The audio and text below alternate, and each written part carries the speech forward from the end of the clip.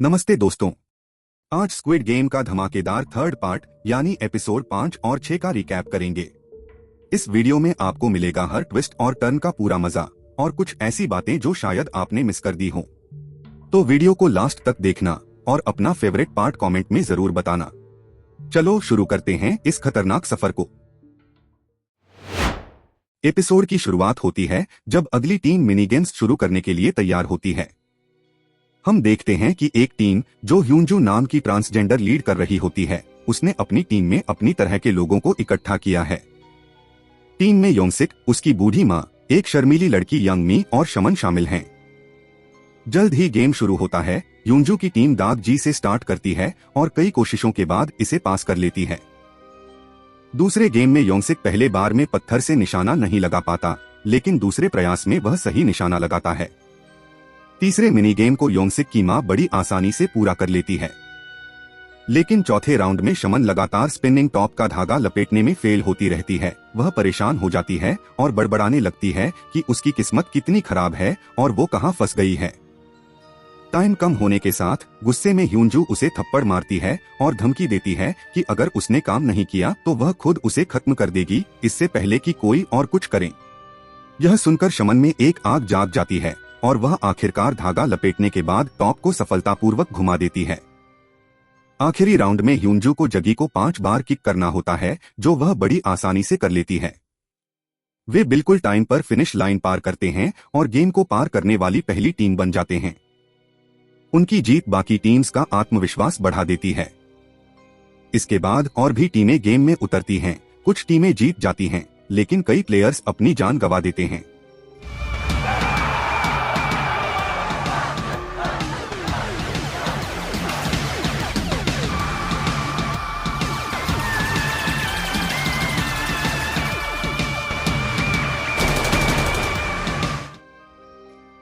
Last round में 2 teams बच जाती है, गीहुन की टीम और एक दूसरी रैंडम प्लेयर्स की टीम। फाइनल राउंड शुरू होता है। पहले जून ही दाग जी खेलती है। वह इसे पहले प्रयास में ही आसानी से पूरा कर लेती है। अगली बारी जंगबे की होती है और वह फ्लाइंग स्टोन को अपने पहले ही प्रयास में आसानी से गिरा देता है। लेकिन सबसे शानदार खेलने का तरीका देहो फौजी का होता है। वह गोंग जी इतनी तेजी और सटीकता के साथ खेलता है कि उसकी टीम वाले भी दंग रह जाते हैं। इसके बाद बारी आती है इन्हो की, जिसे स्पिनिंग टॉप खेलना होता है, लेकिन वह कई बार कोशिश करने के बाद भी सफल नहीं हो पाता। इससे काफी टाइम बर्बाद हो जाता है और उसकी टीम वाले परेशान होने लगते हैं। गुस्से में इन्हो खुद को बेकार कहने लगता है। गीहुन उसे शांत करता है और कहता है कि सही तरीके से ध्यान लगाकर एक और कोशिश करे। अब आखिरी मिनट बचा होता है। इन्हो आखिरी बार कोशिश करता है और इस बार सफल हो जाता है। आखिरी मिनी गेम में गीहुन को जगी को 5 बार किक करना होता है, लेकिन चौथी किक के बाद जगी दूर उड़ जाती है। तब इन्हो अपना पैर उठाता है, जिससे गीहुन को किक करने के लिए हेल्प मिल जाती है और वह 5वीं बार जगी को छू लेता है। नतीजा, उनकी टीम 1 सेकंड बचाकर फिनिश लाइन पार कर लेती है, लेकिन दूसरी टीम को बुरी तरह मार दिया जाता है। गीहुन की टीम जब हॉल में वापस आती है तो बाकी के प्लेयर्स का चेहरा लटक जाता है, क्योंकि उन्हें उम्मीद थी कि इस गेम में ज्यादा लोग मारे जाएंगे। दूसरी तरफ सभी गार्ड्स अपने रूम में लौटते हैं, जिसमें नोलूल भी शामिल है। लेकिन अचानक 2 आदमी उस पर हमला कर देते हैं। वे उसे उनके काम में दखल देने के लिए मारते हैं। नोलूल उन्हें धमकी देती है कि वह उनकी शिकायत करेगी, लेकिन वे कहते हैं कि उनके सीनियर कुछ नहीं करेंगे। नोलूल लड़ने की कोशिश करती है और उन्हें कई बार मारती भी है, लेकिन वे दोनों उसे गिरा देते हैं और जाने से पहले उनमें से एक आदमी उसे चाकू दिखाकर चेतावनी देता है कि वह उनके काम में दोबारा दखल न दे। हॉल में इन्हो बाकी प्लेयर्स से माफी मांगता है कि उसकी वजह से पिछले गेम में टाइम खराब हुआ, लेकिन गीहुन इस बात की परवाह नहीं करता, क्योंकि इन्हो की कोशिशों से ही उनकी टीम जीत पाई। देहो सुझाव देता है कि वे एक दूसरे के बारे में ज्यादा नहीं जानते, तो सभी को अपने बारे में बताना चाहिए। सभी खुशी से एक एक करके अपना नाम बताते हैं। जब इन्हो की बारी आती है तो वह झूठ बोलकर अपना नाम योंग इल बताता है। तभी कुछ गार्ड्स आकर दूसरे गेम के रिजल्ट बताते हैं। इस गेम में टोटल 110 खिलाड़ी मारे गए। अब पिग्गी बैंक में 20.1 बिलियन वॉन, करीब 117 करोड़ रुपए जमा हो चुके हैं। जो बचे हुए 255 प्लेयर्स के बीच बांटे जाएंगे। इसका मतलब है कि हर खिलाड़ी को 73 मिलियन वॉन, बोले तो लगभग 43 लाख रुपए मिलेंगे। फिर भी कई लालची प्लेयर्स इससे संतुष्ट नहीं होते, क्योंकि उन्हें अपने कर्ज चुकाने के लिए और पैसे चाहिए। गार्ड अनाउंस करता है कि प्राइज मनी बढ़ती रहेगी जैसे जैसे गेम आगे बढ़ता जाएगा, लेकिन फिलहाल के लिए एक और बार वोटिंग होगी जिसमें तय होगा कि बाकी गेम्स होने चाहिए या नहीं। यह सुनकर योंजू की टीम डिस्कस करती है कि वे सभी गेम छोड़ने के लिए वोट करेंगे। योंगसिक की मां उसे लालच न करने की सलाह देती है और भरोसा दिलाती है कि वे मिलकर उसका लोन चुका देंगे। वह अपनी टीम को वादा करती है कि जब वे बाहर निकलेंगे तो सबको अपने घर डिनर पर बुलाएगी। गीहुन भी अपनी टीम से कहता है कि वे गेम छोड़ने के लिए वोट करें और सब सहमत हो जाते हैं। इन्हो कहता है कि वह इस जगह से तंग आ चुका है और अपनी बीमार पत्नी के पास लौटना चाहता है। गीहुन वादा करता है कि बाहर निकलने के बाद वह उनकी सभी आर्थिक परेशानियों में मदद करेगा। जल्दी ही वोटिंग शुरू होती है और सबसे पहले प्लेयर 001 यानी इन्हो गेम छोड़ने के लिए वोट करता है। जब योंगसिक की बारी आती है तो वह अपनी मां के भरोसे को तोड़ते हुए रहने के लिए वोट करता है। प्लेयर्स को उनके जंपसूट्स पर लगाने के लिए एक्स या ओ वाले पैच दिए जाते हैं, यहाँ तक कि ह्यूंजू भी रहने के लिए वोट करती है, जिससे उसकी टीम हैरान रह जाती है। नंग्यू एक प्लेयर को धमकाकर ओ बटन दबाने पर मजबूर कर देता है। कुछ प्लेयर्स गेम छोड़ने के लिए वोट करते हैं, लेकिन यह साफ हो जाता है कि ज्यादा जने अभी भी गेम जारी रखना चाहते हैं और ज्यादा पैसे कमाना चाहते हैं। यह देखकर गुस्से में गीहुन बीच में आता है, लेकिन इन्हो पहले बोल पड़ता है। वह सभी को उनकी लालच के लिए डांटता है और याद दिलाता है कि उन्होंने पहले ही इतना कमा लिया है, फिर भी उन्हें संतोष नहीं हो रहा। एक आदमी जवाब देता है कि इतने पैसों से वे कुछ नहीं कर सकते, क्योंकि ज्यादातर प्लेयर्स अरबों के कर्ज में डूबे हुए हैं। अचानक यांगमी रोने लगती है और कहती है कि वह मरना नहीं चाहती, वह बस इस भयानक जगह से बचना चाहती है। तभी एक आदमी यांगमी से कहता है कि वह अभी जवान है और उसे कोई असली प्रॉब्लम नहीं है, जबकि बाकी लोगों के परिवार और जिम्मेदारियां हैं। लेकिन इन्हो तर्क देता है कि अगर वे मर गए तो सब बेकार हो जाएगा और उनके परिवार तबाह हो जाएंगे। इसके बावजूद सभी गेम छोड़ने को तैयार नहीं होते और उन्हें पूरा भरोसा है कि वे इन बच्चों के गेम को आसानी से जीत सकते हैं। वे जोर जोर से एक और गेम चिल्लाना शुरू कर देते हैं। जब वोटिंग खत्म होती है तो इस बार अंतर काफी बड़ा होता है। 139 प्लेयर्स रहने के लिए वोट करते हैं, जबकि सिर्फ 116 गेम छोड़ने के लिए। पता चलता है कि यहाँ तक कि जंगबे ने भी अपनी टीम के खिलाफ जाकर रहने के लिए वोट किया, जिससे उसकी टीम के मेंबर्स नाराज हो जाते हैं। इसके बाद सभी को खाने और पीने के लिए दिया जाता है ताकि वे रात को आराम कर सकें। योंगसिक अपनी मां से माफी मांगता है और बताता है कि उसके ऊपर 100 मिलियन वॉन का लोन है। वह कहता है कि अगर उसने अगले हफ्ते तक यह नहीं चुकाया तो उसके लेनदार उसे मार देंगे और उसके ऑर्गन्स बेच देंगे। वह अपनी मां को भरोसा दिलाने की कोशिश करता है कि वे बस एक और गेम खेलेंगे और फिर चले जाएंगे, लेकिन उसकी मां भावुक होकर कहती है कि अगर वह मर गया तो ये सब कुछ बेकार हो जाएगा। दूसरी तरफ जंगबे अपनी टीम से छिपता फिरता है, क्योंकि उसे अपने फैसले पर शर्म आती है। लेकिन देहो उसे बाकी लोगों के पास खींच कर ले आता है। जंगबे गीहुन से माफी मांगता है और समझाता है कि उस पर काफी बड़ा लोन है और अब उसके लेनदार उसकी एक्स वाइफ और बच्चों को परेशान कर रहे हैं। वह कहता है कि वह बस एक और गेम खेलेगा और फिर यहाँ से चला जाएगा। आखिर में गीहुन की टीम जंगबे की बात समझ जाती है और उसे माफ कर देती है। जंगबे खुश होकर कहता है कि अगर वे साथ रहें तो अगला गेम भी जीत सकते हैं, लेकिन गीहुन को डर है कि अगले गेम में उन्हें एक दूसरे को मारना पड़ सकता है। दूसरी तरफ ह्यूंजू का सामना योंगसिक की मां से होता है, जो पूछती है कि उसने रहने के लिए वोट क्यों किया। ह्यूंजू बताती है कि जब उसने पहली बार अपने ट्रांसजेंडर होने की बात दुनिया को बताई तो उसके परिवार और दोस्तों ने उसे छोड़ दिया, यहाँ तक कि उसे सेना में अपनी नौकरी से भी निकाल दिया गया। इसके बाद उसने पूरी तरह औरत बनने का फैसला किया और एक मेडिकल प्रोसीजर करवाया, जिससे वह गहरे कर्ज में डूब गई। ह्यूंजू उन्हें भरोसा दिलाती है कि वह अगले गेम के बाद गेम छोड़ने के लिए वोट करेगी।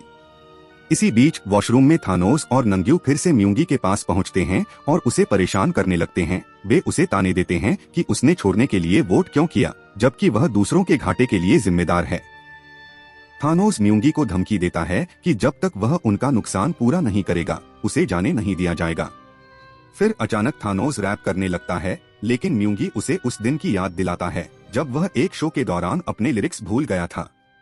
गुस्से में थानोस म्यूंगी का गला पकड़ लेता है, लेकिन तभी इन्हो और उसकी टीम वॉशरूम में आ जाती है, जिससे थानोस को वहां से जाना पड़ता है। रात को लाइट्स बंद होने से पहले गीहुन अपनी टीम को गद्दों से बैरिकेड कर देता है और कहता है कि उन्हें पूरी रात पहरा देना चाहिए। वह चिंतित है कि अगर वे सो गए तो बाकी प्लेयर्स उन पर हमला कर सकते हैं और प्राइज मनी के लिए उन्हें मार सकते हैं। सभी को लगता है कि गीहुन ज्यादा सोच रहा है और कोई ऐसा नहीं करेगा, लेकिन गीहुन जवाब देता है कि पिछले सीजन में रात के वक्त दर्जनों प्लेयर्स को मारा गया था। आधी रात के करीब जंगबे पहरेदारी के लिए जागता है और गीहुन से सोने के लिए कहता है, लेकिन गीहुन कहता है कि उसे नींद नहीं आ रही। दोनों दोस्त पुरानी बातों को याद करने लगते हैं जब वे साथ काम किया करते थे। काफी समय बाद गीहुन के चेहरे पर एक हल्की मुस्कान आती है। दूसरी ओर बाहरी दुनिया में जूनहो और वूसियोक ने दो टीमें इकट्ठा की होती हैं और समुद्र में आइलैंड की तलाश में निकल पड़ते हैं। कैप्टन पार्क एक नाव की कमान संभालता है, जबकि दूसरी टीम को एक और कप्तान लीड करता है। अगली सुबह एक तेज अनाउंसमेंट से सभी की नींद खुलती है, जिसमें उन्हें अगले गेम के लिए तैयार होने को कहा जाता है। थोड़ी देर बाद उन्हें एक बड़े कमरे में ले जाया जाता है, जिसमें बीच में एक घूमने वाला प्लेटफॉर्म होता है। अगला गेम मिंगल है, जिसमें सबको इस सेंट्रल प्लेटफॉर्म पर खड़ा होना पड़ता है। जैसे ही गेम शुरू होता है, म्यूजिक बजता है और प्लेटफॉर्म घूमने लगता है। म्यूजिक रुकते ही एक नंबर अनाउंस किया जाएगा और प्लेयर्स को जल्दी से उस नंबर के मुताबिक एक ग्रुप बनाना होगा। फिर उन्हें एक कमरे में जाकर दरवाजा बंद करना होगा। 30 सेकंड के अंदर जो भी ऐसा नहीं कर पाते उन्हें गोली मार दी जाएगी। इस एरिना में 50 कमरे हैं, लेकिन 250 से ज्यादा प्लेयर्स हैं, जिसका मतलब है कि इस गेम के बाद कई लोग मारे जाएंगे। रूल्स सुनकर गीहुन और बाकी टीम लीडर्स अपनी अपनी टीम को शांत और एक साथ रहने के लिए कहते हैं। जल्दी ही सभी प्लेयर्स बड़े प्लेटफॉर्म पर खड़े हो जाते हैं। बच्चों जैसा एक मजेदार गाना स्पीकर से बजता है, लेकिन कुछ ही सेकंड में अचानक बंद हो जाता है और एक गार्ड नंबर 10 अनाउंस करता है और टाइमर शुरू होते ही अफरातफरी मच जाती है। हर कोई भागते हुए अपने ग्रुप बनाने की कोशिश करता है। गीहुन की टीम ह्यूनजू की टीम से मिलती है और वे साथ मिलकर एक कमरे में जाते हैं और बच जाते हैं। दरवाजे के अंदर से वे देखते हैं कि जैसे ही टाइम खत्म होता है,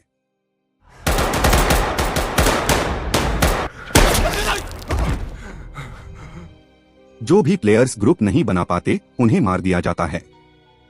उनकी बॉडीज को बॉक्स में रखा जाता है और कुछ गार्ड्स उन लोगों को मार्क करते हैं जिनके ऑर्गन्स निकाले जाएंगे।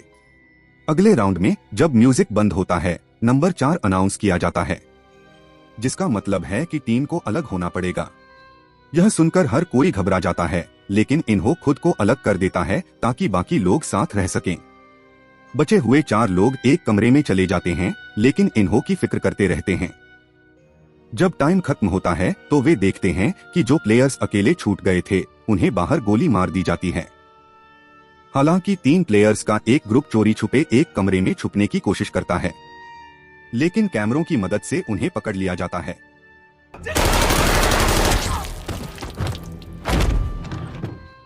इसके बाद सभी प्लेयर्स कमरे से बाहर आते हैं। नोयूल फिर से बीमार लड़की के पिता को देखती है। दूसरी तरफ गीहुन को राहत महसूस होती है जब वह बाकी प्लेयर्स के बीच इन्हो को जिंदा देखता है। कुछ देर बाद अगला राउंड शुरू होता है और इस बार रोटेशन रुकते ही सिर्फ 3 प्लेयर्स को एक साथ ग्रुप बनाना होता है। दुर्भाग्य से अफरातफरी के बीच 2 प्लेयर्स योंगसिक को पकड़कर उसकी मां से अलग कर देते हैं, लेकिन गीहुन और इन्हो तेजी से उसे उठाकर अपने साथ एक कमरे में ले जाते हैं। कमरे के अंदर वे पूछते हैं कि वह अकेली क्यों थी और क्या उसका बेटा उसे छोड़कर चला गया था, लेकिन महिला गुस्से में जवाब देती है कि उसका बेटा ऐसा इंसान नहीं है, वह बस भीड़ में खो गई थी और योंगसिक उसे ढूंढ नहीं पाया।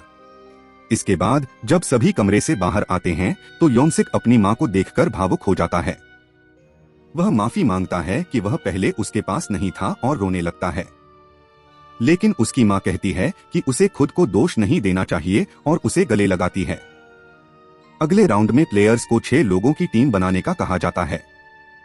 यूनजू अपनी टीम में यंगमी, जूनही, योंगसिक, उसकी मां और देहो को शामिल करती है, लेकिन जब वे कमरे की तरफ भाग रहे होते हैं तो यंगमी दूसरे प्लेयर्स से टकराकर गिर जाती है।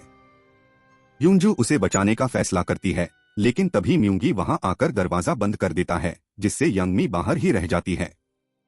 यूंजू देखती है कि यंगमी अकेली रह जाती है और गार्ड्स उसे गोली मार देते हैं। इसके बाद गुस्से में यूंजू म्यूंगी पर चिल्लाती है कि यह सब उसकी वजह से हुआ, लेकिन म्यूंगी बोलता है कि उसने असल में टीम को बचाया है।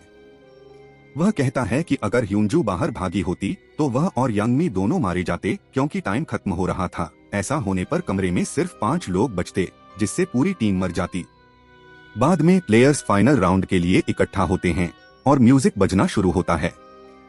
जल्दी ही म्यूजिक रुकता है और सभी को 2 लोगों की टीम बनाने का आदेश दिया जाता है। इससे पूरी तरह हड़कंप मच जाता है और प्लेयर्स एक दूसरे से लड़ने लगते हैं ताकि एक कमरे में जगह पक्की कर सकें। इन्हो और जंगबे एक टीम बनाते हैं और एक कमरे की तरफ भागते हैं। बिना किसी झिझक के इन्हो एक प्लेयर को खींचकर बाहर निकाल देता है, जो पहले से कमरे में मौजूद होता है। लेकिन दोनों हैरान रह जाते हैं जब देखते हैं कि कमरे के अंदर पहले से एक और आदमी मौजूद है। वह आदमी बाहर जाने से इनकार कर देता है, लेकिन टाइम कम होने की वजह से इन्हो जल्दी फैसला लेता है और वह बेरहमी से उस आदमी की गर्दन तोड़ देता है और जंगबे यह सब देखकर डर जाता है। अब दोनों इस राउंड में पास हो जाते हैं, क्योंकि डेड प्लेयर को नहीं गिना जाता। 3 गेम्स के बाद आधे से ज्यादा प्लेयर्स मर चुके होते हैं, लेकिन अब भी 3 और खतरनाक गेम्स बाकी हैं। क्या हमारे हीरोज किस्मत को हराते रहेंगे और क्या जूनहो और उसकी टीम आइलैंड को खोज पाएगी? जानने के लिए अगले रिकैप में जुड़े रहिए।